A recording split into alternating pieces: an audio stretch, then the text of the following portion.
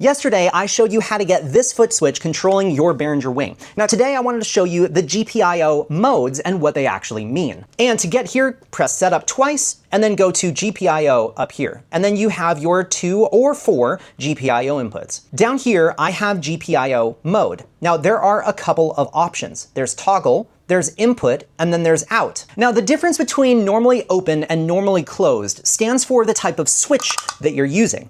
Now a normally open switch means that there are 2 connectors, basically a wire and another wire, that when they are in its resting place, they are open or not connecting. So when this switch is up, it is not connecting. Now when I press this down, that's taking those 2 things and connecting those 2 wires together, closing the circuit.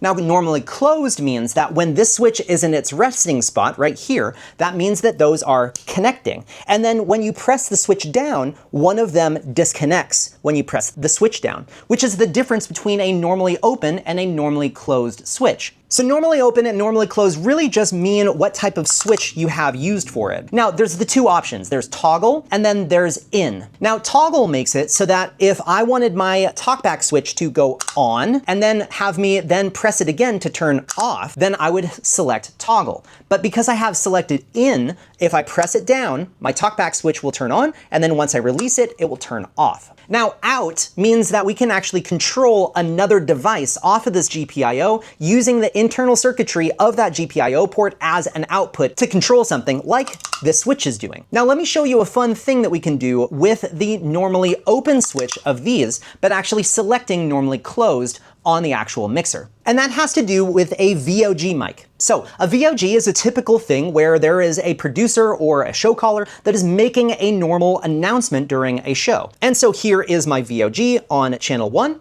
And on my GPIO 1, I'm going to set this to input normally open and then select channel mute and VOG. If this person pressed this foot switch, it would then mute the channel anytime they pressed the switch down, making this a cough switch.